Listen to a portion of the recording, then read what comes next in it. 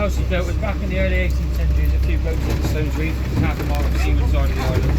Alright, so sadly all the boats hit the reef, they all sank and everyone lost their lives. So if you look up in the lighthouse, guys, you see a metal tower there. That is in fact a new light, and that was actually put there in 2010, alright? So that has a more modern light now, it's an LED. It's quite bright, it has a beam of 8 nautical miles and a visible beam of 18 miles, alright? So it's extremely bright. Don't worry about the rocking, it's normal. Alright, I could have stopped in the